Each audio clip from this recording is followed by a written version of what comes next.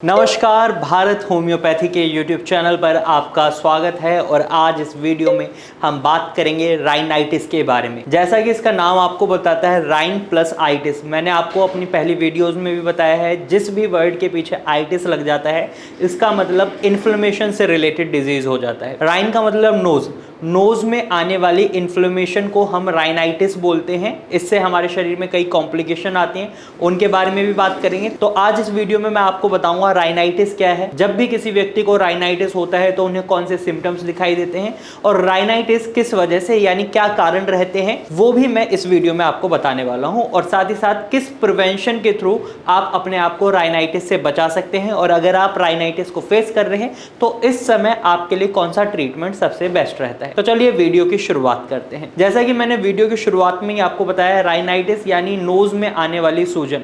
ये जब होता है जब भी कोई एलर्जन हमारी नोज के थ्रू, हम जब सांस लेते हैं, हमारी नोजल मेम्ब्रेन को डैमेज पहुंचाता है। म्यूकस मेम्ब्रेन होती है हमारी नोज के अंदर, उसमें जब डैमेज पहुंचता है तो इसकी वजह से हमें देखने को मिलता है राइनाइटिस। जब आप एलर्जन, कुछ भी हो सकता है, आपका डस्ट हो सकता है, स्मोक हो सकती है, इस तरीके के एलर्जन जब आपके शरीर में जाते हैं तो इसकी वजह से हिस्टामाइन केमिकल का फॉर्मेशन बहुत ज़्यादा हो जाता है शरीर में।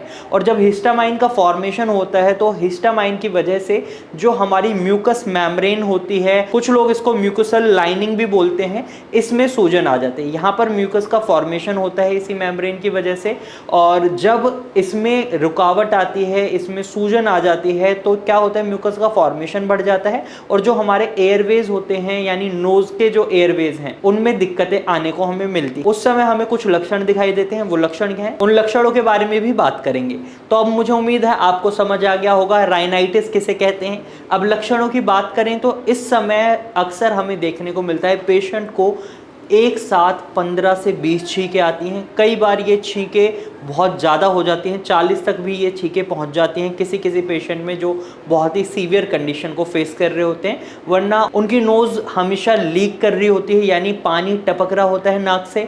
इसके साथ साथ उनके गले में भी खराश होने महसूस होती है, आँखों में पानी आ जाता है, आँखें लाल हो जाती हैं और आँखों में भी बहुत खुजली महसूस होती है।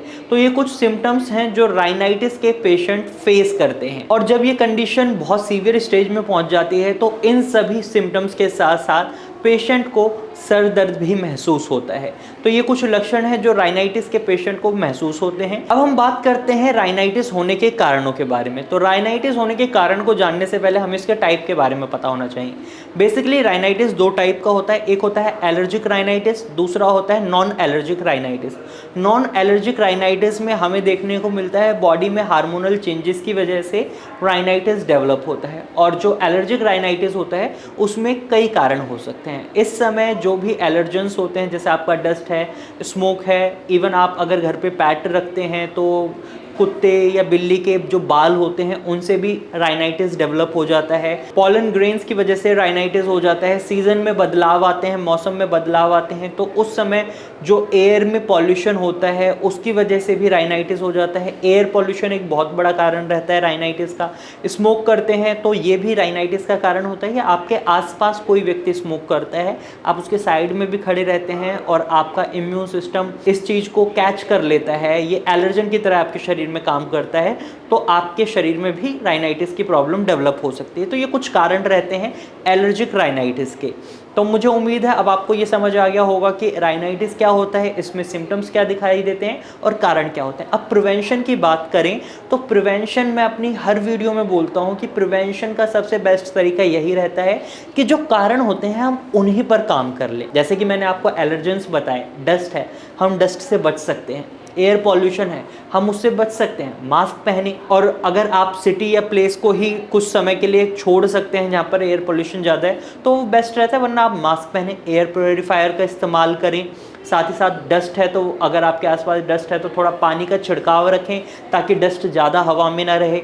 इसके साथ साथ स्मोकिंग करते हैं तो स्मोकिंग बिल्कुल बंद कर दें, या फिर आपके आसपास कोई स्मोकिंग करता है तो आप अलग हो जाएं उनसे थोड़ी देर के लिए, या फिर उन्हें बोल दें कि वो बाहर जाकर स्मोक करें, ताकि जो एलर्जेंस हैं वो आपके शरीर में ना जाए और आप अपने आप को राइनाइटिस के प्रॉब्लम से बचा सकें। तो ये तो कुछ प्रिवेंशंस हुई। इसके साथ साथ आप स्टीम भी ले सकते हैं। इससे क्या होगा कि आपको जो राइनाइटिस की प्रॉब्लम हो रही है, आपके नोज में जो प्रॉब्लम हो रही है वो ठीक होगी और म्यूकस मेम्ब्रेन में जो सूजन आई है वो कम होगी। इस तरीके से आप अपने राइनाइटिस की प्रॉब्लम में प्रिवेंशंस को अप्लाई कर सकते हैं। अब बात करते हैं ट्रीटमेंट की। जैसे मैंने वीडियो की शुरुआत में बोला था, ट्रीटमेंट भी इस वीडियो में मैं बताऊंगा। राइनाइटिस में अक्सर हम देखते हैं पेशेंट्स एलोपैथिक मेडिसिन को चूज करते हैं इंस्टेंट रिलीफ के लिए।